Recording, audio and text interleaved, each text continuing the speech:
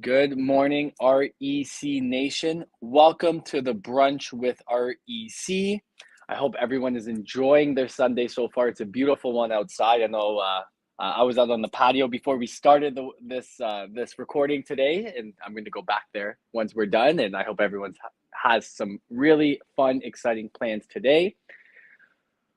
We had an incredibly busy week, and our next week at REC is going to be busy as well.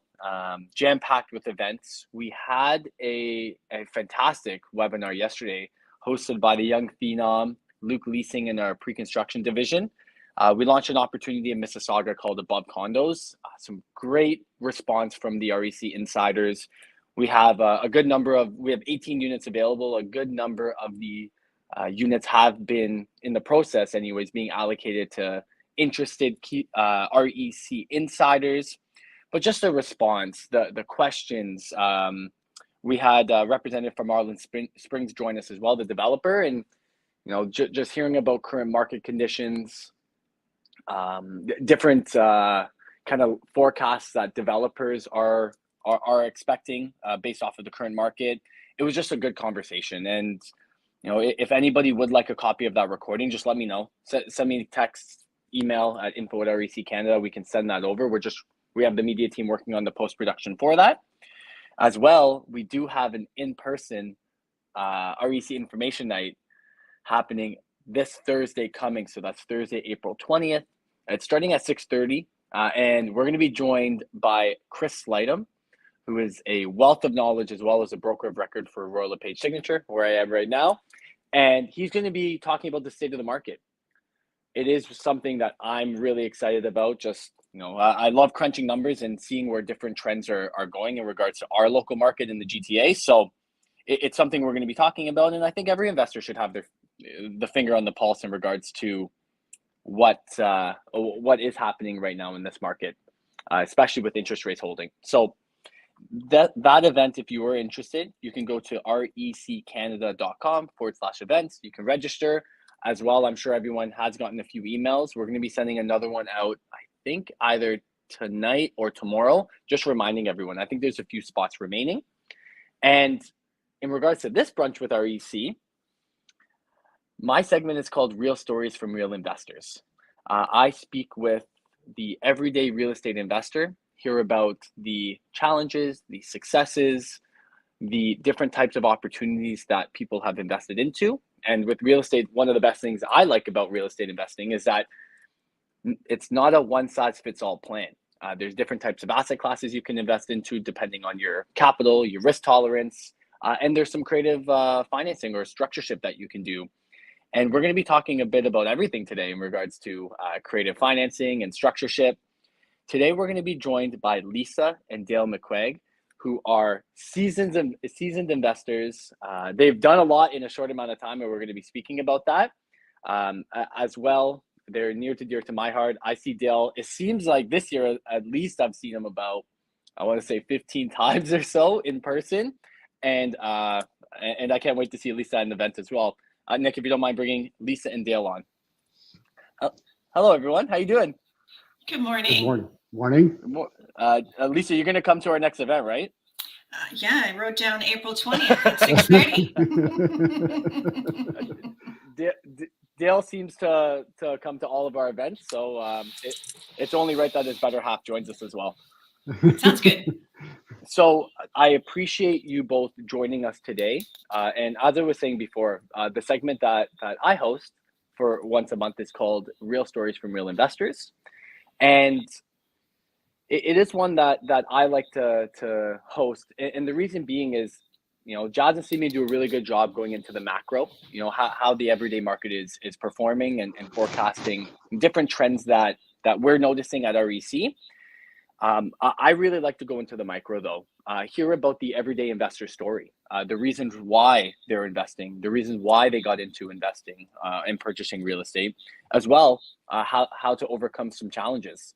Kind of pulling back the curtain, I just want to learn it myself in case I run into some of these challenges or successes and know how to navigate correctly.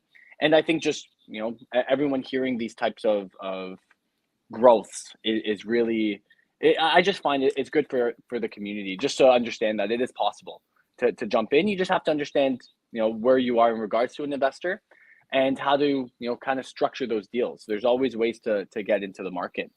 And I wanted to start off in regards to where your portfolio is currently. And we talked backstage, and Lisa, you were telling me that you purchased 9 properties in 3 years. Is that correct? That is absolutely correct. When we went into 2020, in January of 2020, we said, okay, I want to buy 3 properties this year.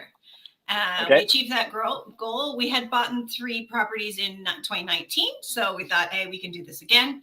And we still met the goal, even with COVID. That is incredible. And especially with when you bought it, 2019, 2020, and parts of 2021, you were competing with other buyers as well. For sure. Multiple bids.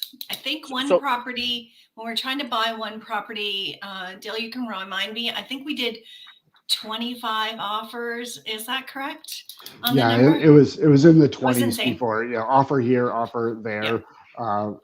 Multiple properties that we were looking at and saying, which one do we think we stand a better chance of getting? That's where we're going to put our offer in. It was definitely some crazy times. We kept our agents very, very busy.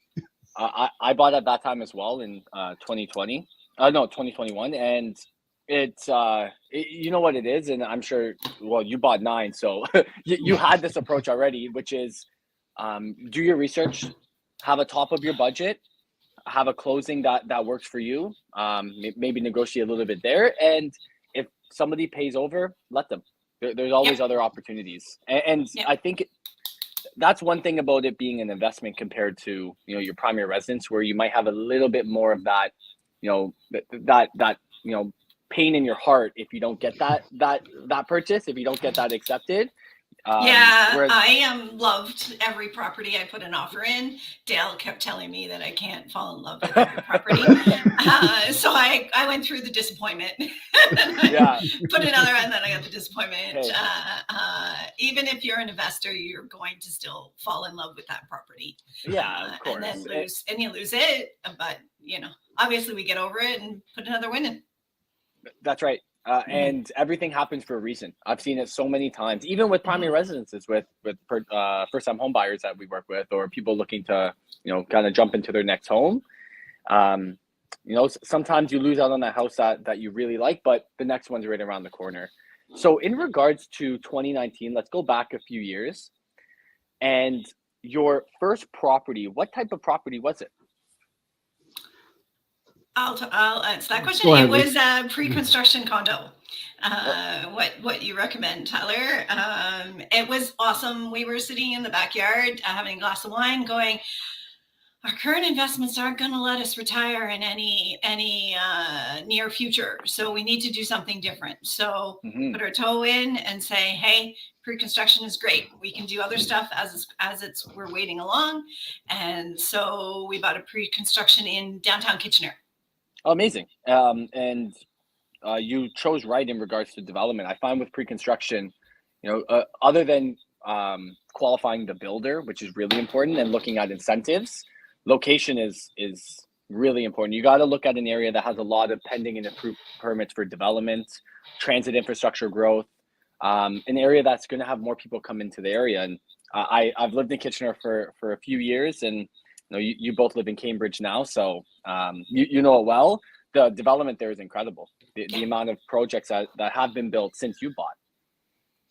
Oh yeah, absolutely. What type of property was cranes in the sky for sure. Was it a 1-bedroom, 1+10, 2-bedroom? Again, I think that you've got to do your due diligence on it, and the real estate agent knows whether it's a good one to buy or not to buy. We kind of follow the real estate agent, and then we bought 1-bedroom.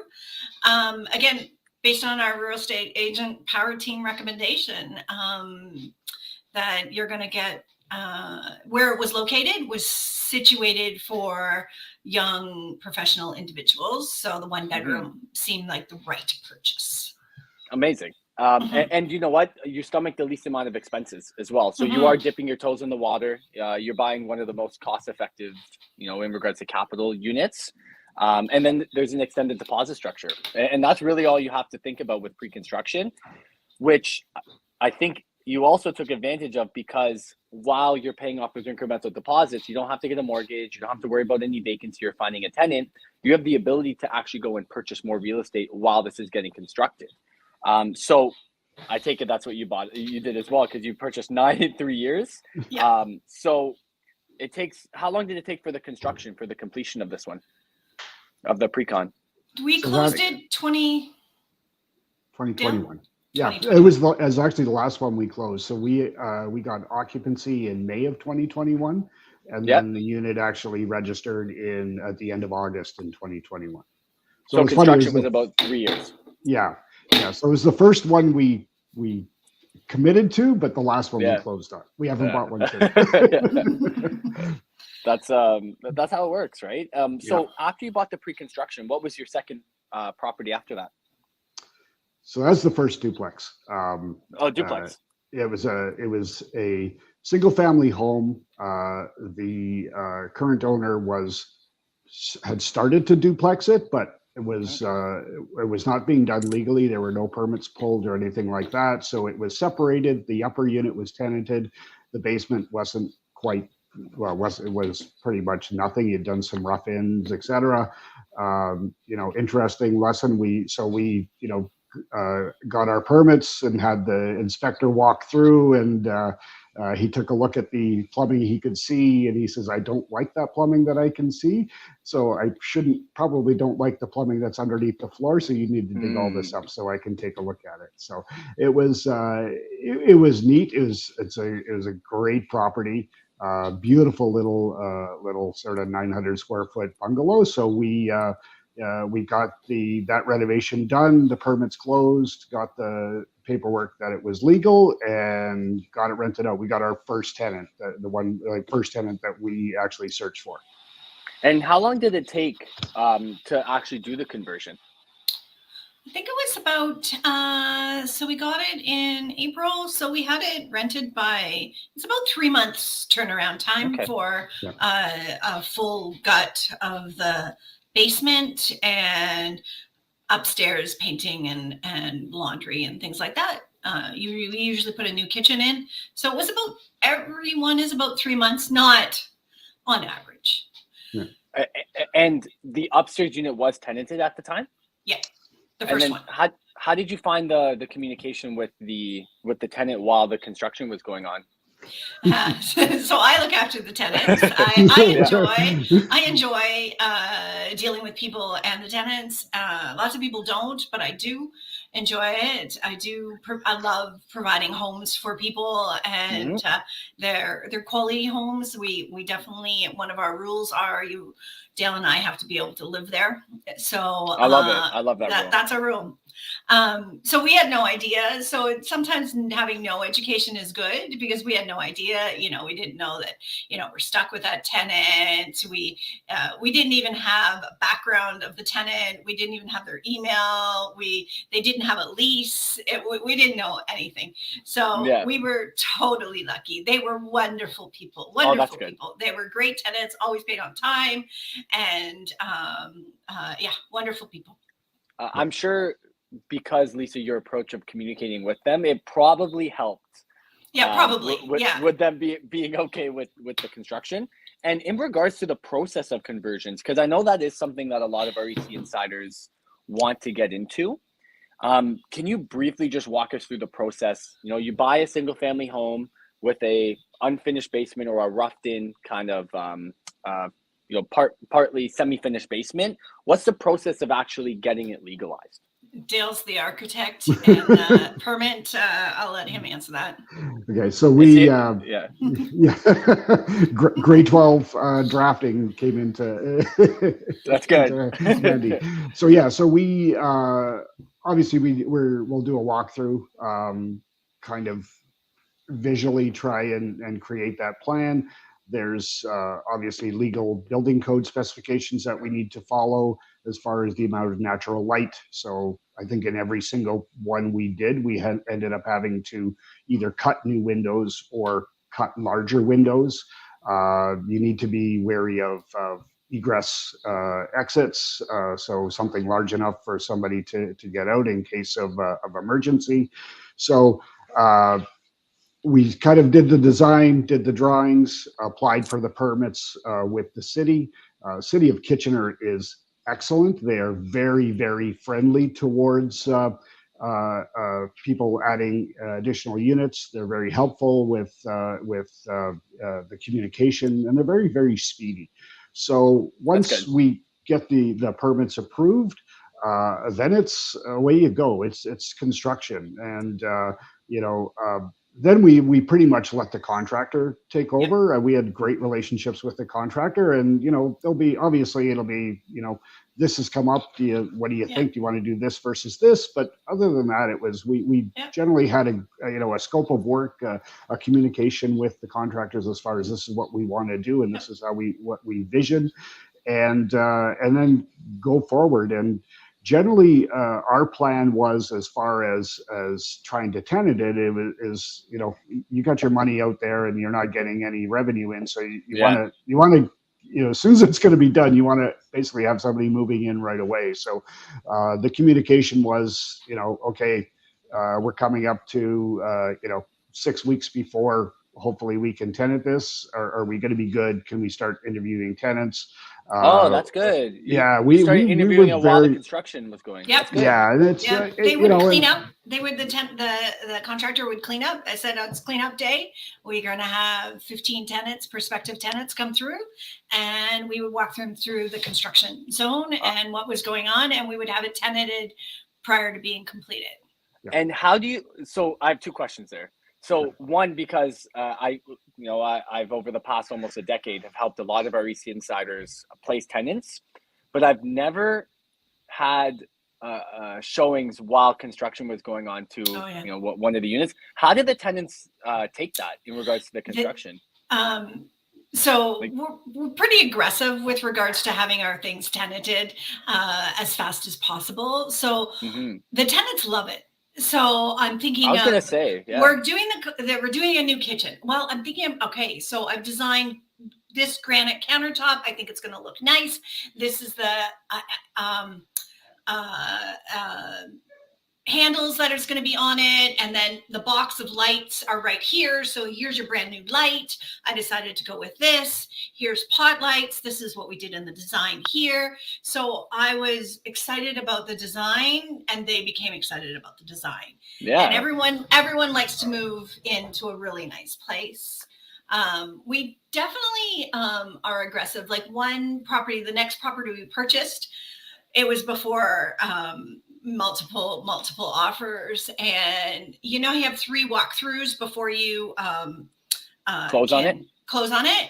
So I said I want a 2-hour window for a walkthrough, and we brought tenants in. So I had it tenanted prior to purchased. That's I tried to do that. I try to do that as well. Yeah, it's really nice. And then the tenant can see that you care about the property. Okay, so I'm going to have the kitchen painted. I'm going to go with this color. Oh, I really love that color too, the person will say, and they're invested in it as well. Well, I think you're adding in a different type of qualification as well, because you're getting to know them very intimately, because the walkthrough is a little bit longer in regards to explaining what's going to be done.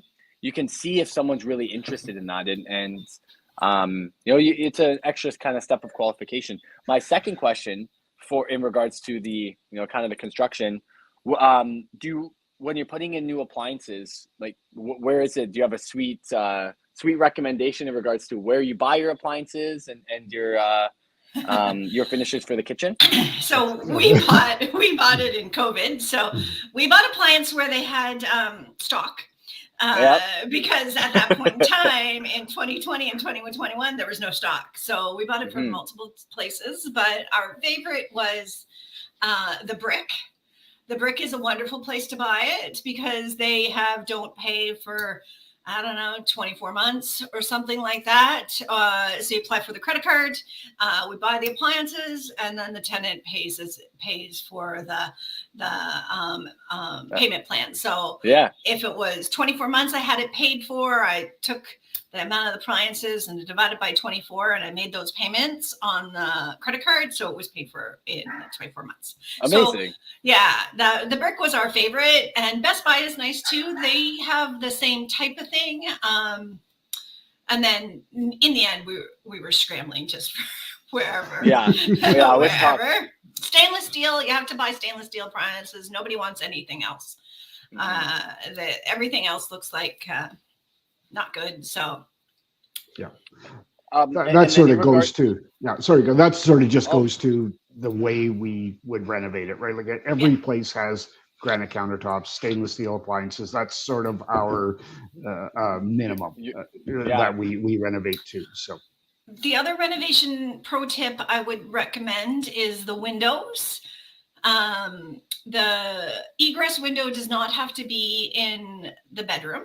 It just needs to be in the suite. So always put it in the living room and always make it as big as you can, because the light in a basement apartment is unbelievable. That's a great tip. Right. And an extra, 4 inches of window is no extra money, but it's that much nicer. Yeah. Well, I think when it comes to rentability factor, as well as saleability, when you're talking about just trying to attract a buyer, seeing the light is, and you should always time showings around that as well, it's going to create a wow factor, especially if people are looking to rent into the basement. They're used to just seeing these old grungy dungeons, right? And having the ability to see some light there, and it's nice. It makes people happy, right? Having that someplace. Sure. So that's good. So in regards to the pre-construction, the duplex, and then is it duplexes all throughout, like the portfolio now? That's kind of your the asset class that you look. Are they all like? Did you buy any turnkey, or were they all single family conversions? I think the last one was last two were turnkey.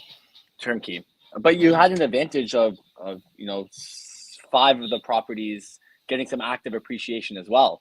Yeah. Yeah. So you got essentially all 4 ways to win in the majority of your properties. Yeah. And how did the cash flow look at once you did the conversions? How did it cash flow was positive after we did the conversions, and then the interest rates were really low, so we refinanced it twice after that. Dale can talk more to that. And I'll let Dale chat on the refinancing. So everything obviously cash flowed. January of 2021, we refinanced pretty much the entire portfolio with exception of 1 property, which we were unable to do. And I can talk about that a little bit later. Sure. But so everything was cash flow positive. Interest rates were great. And we really got lucky. We didn't have the plan that was going to happen. The market just allowed us to. We sort of had a plan going in that it was, the typical, you get your 5-year mortgage. After the 5 years upon renewal, you do a full refinance, pull out any cash, and then do it again. So that was supposed to be 10 years.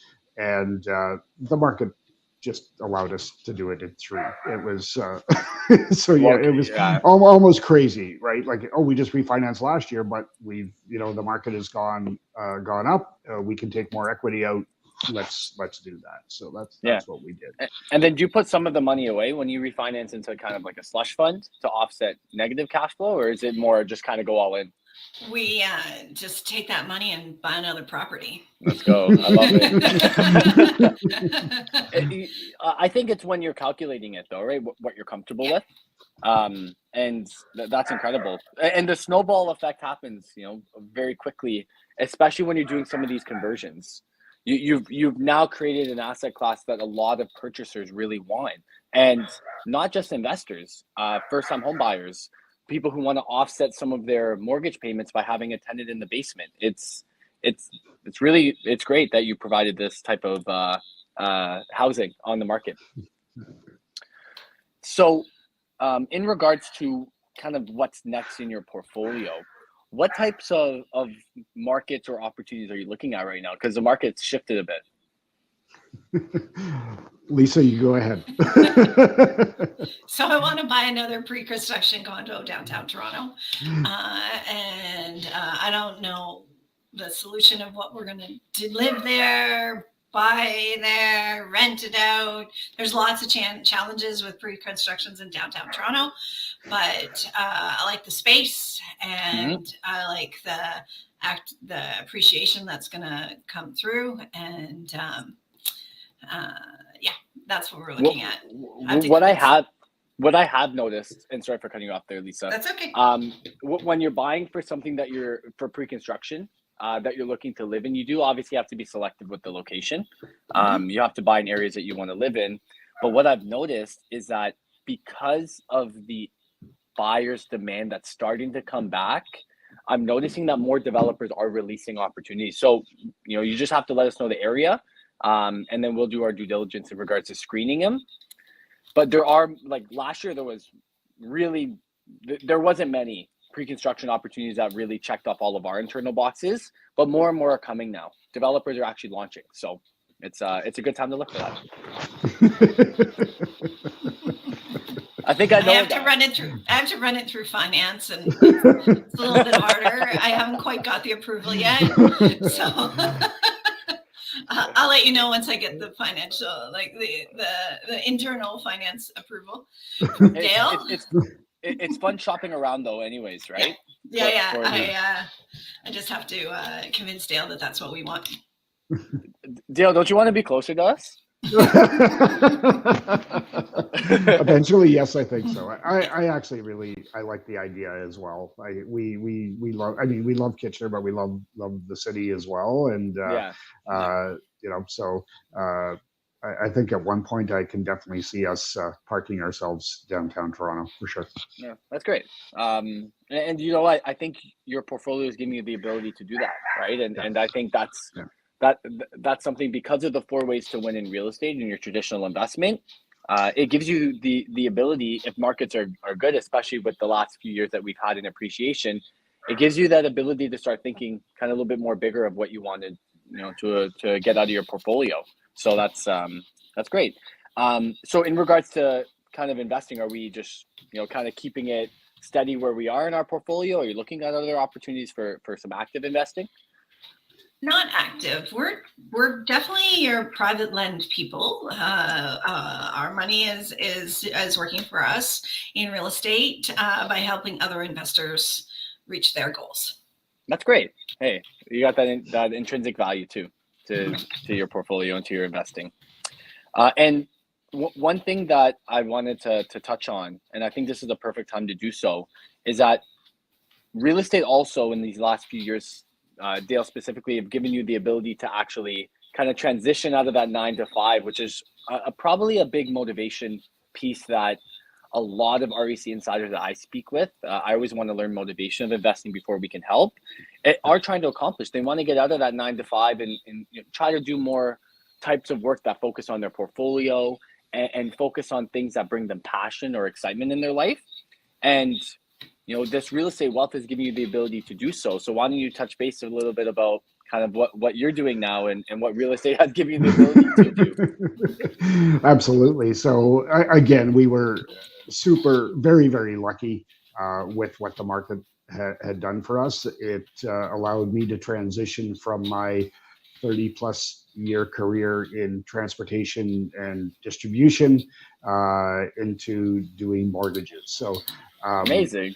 Yeah, it's and one of the things investors will always have a challenge with obtaining financing. You need to look at alternative ways, and we definitely had our challenges as well with financing at various points in our journey.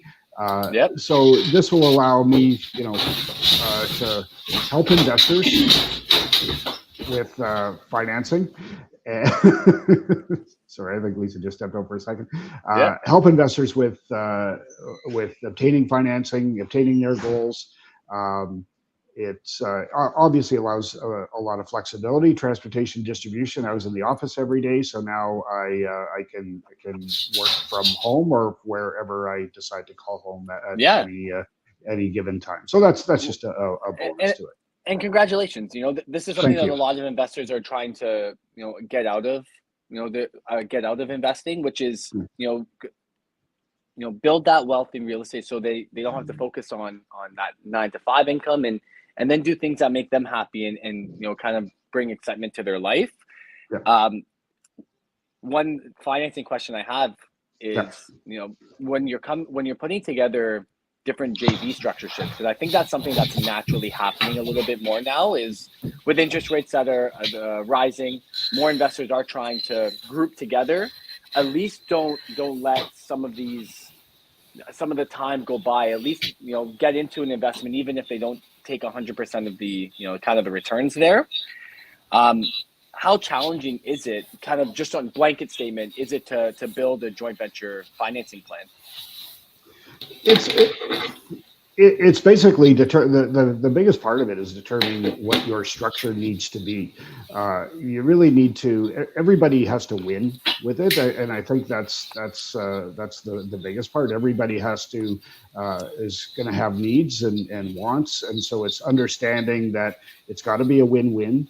What does each individual require, and sort of having that similar mindset in dealing with it, because if somebody's got to get out for some specific reason, then you gotta get out, but you gotta have that discussion before you get into it. And I would suggest legal advice for sure, as far as dealing with a lawyer, a real estate lawyer that has that investment focus, like everything else with that is because they will, they'll be familiar with drafting JV agreements and a variety of options with JV agreements, because there may be something that you haven't thought about that is going to work better for your partnership than others, because you don't know what you don't know. It's true. I also like to keep the JV agreement simple, like that you and I can read. So we've definitely worked with lawyers on getting a JV agreement, but I did have to be insistent that every little detail or issue that comes up, it does not need to be in a 55-page JV agreement. It's a partnership, and there has to be trust there. So I think that if you're worried about minute details and concerned about that, then you don't have the right JV partner. Because it's a partnership. You have to. I think you have to understand each other's end goals, what they're trying to get out of the investment, and it is a feel thing too, right? You have to, because you're investing life savings with each other, right? You have to understand who you are investing with, and do you have any? First, because you have invested some of these properties with the joint venture structureship, for investors trying to pair together some other investors to joint venture and to purchase real estate, where do you recommend investors going and finding prospective JV partners? So we went friends and family. That's kind of the route we went. There's multiple different ways of getting joint venture partnerships, but we stuck with friends and family. We've done really 2 with long-term friends. We bought 4 properties with them, and then we also bought a property with our nephew, which was a wonderful experience because we kind of taught him how to do a duplex, and he's gone and bought his own, and with the money that we made on it, we sold that property, but the one money he made on it, he went and did it himself, and it worked well, and he could see the permitting process and the painfulness because it's hard work. It's hard work to duplex a property. You jumped into the fire there. Those last 3 years, you told me backstage 9 in 3 years, I was like, and majority are conversions. It's like, it's hard work. It kept us busy through COVID for sure. Absolutely. We definitely had our sphere of people where our partners and our contractor. These are the only people that we're going to see for the next 6 months. Yep. Yep. It was wonderful. We did it with friends because especially during COVID, because you had that circle of people that you were allowed to remember, we were allowed to meet. So they became our circle of people and our family. And yeah, they're your pod. Yes, that's what it was. That pod that we did, and we couldn't have picked better ones. That's great. And one challenge through the concierge division that we found during the pandemic was finding contractors that were available. Contractors were busy during the pandemic, so that's good that you had your all-star team assembled there. My second question followed up in regards to joint venture structureship. Do you have any kind of sample questions when you're kind of having that first meeting with a JV partner that you usually ask? Like, how do you start the conversation or talk about what you're trying to get out of the investment? Yeah, I think you need to have like-minded investors. And the question is, what's your exit strategy? What do we want to do with this property? What's our goal? Are you in and out like our nephew?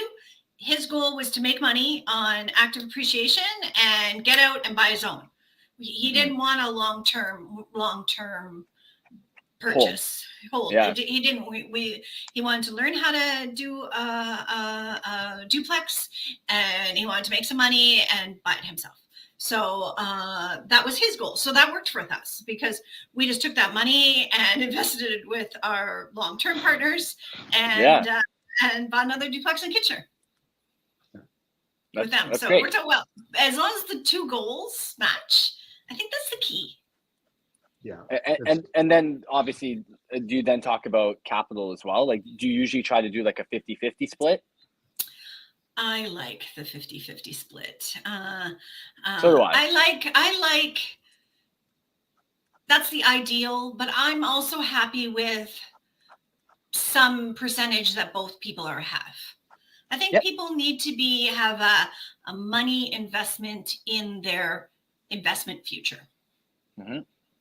Yeah, you gotta have skin in the game. It's there's obviously lots of JVs that are full working partner, full money partner, and they work, and they work, and that's fine. But for us, our personal feelings are we all needed to have skin in the game. And like I said, with our investment partners that we have the 4 properties with, it was, I mean, again, they're our best friends. We would have the pizza and beer and wallpaper peeling parties, when we're doing demo. We still have tons of pictures, and they pop up on our Google feed, from 3 years ago. Remember that? Oh my God, it was crazy. And, so it was, but that was just us. But we had a great partnership, and